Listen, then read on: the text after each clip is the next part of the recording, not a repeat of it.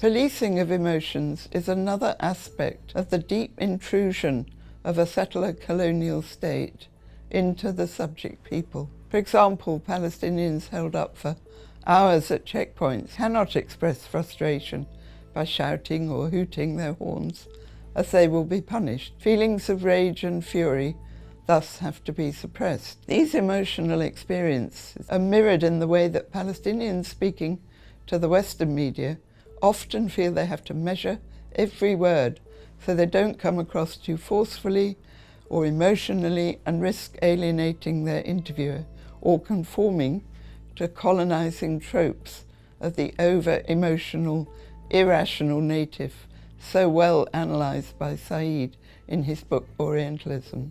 On the first day of the Gaza ceasefire, 3 young Israeli women emerged from captivity into the light, to expressions of joy that few would begrudge them or their families. In the middle of that night, 90 Palestinian women and children emerged from the darkness of their captivity, but they were not intended to emerge into a jubilant, joyful light. The occupying power preferred to keep them in the dark, conjuring up former Chief of Staff Raphael Eitan's vile phrase from 1982, like drugged roaches in a bottle. The attempt to suppress displays of emotion that challenge the oppressors must be seen for what it is, and always has been, a deeply racist and dehumanizing worldview. The families of the released detainees refused this dehumanization and insisted on celebrating. This can be seen as an act of resistance. However, the word resistance conveys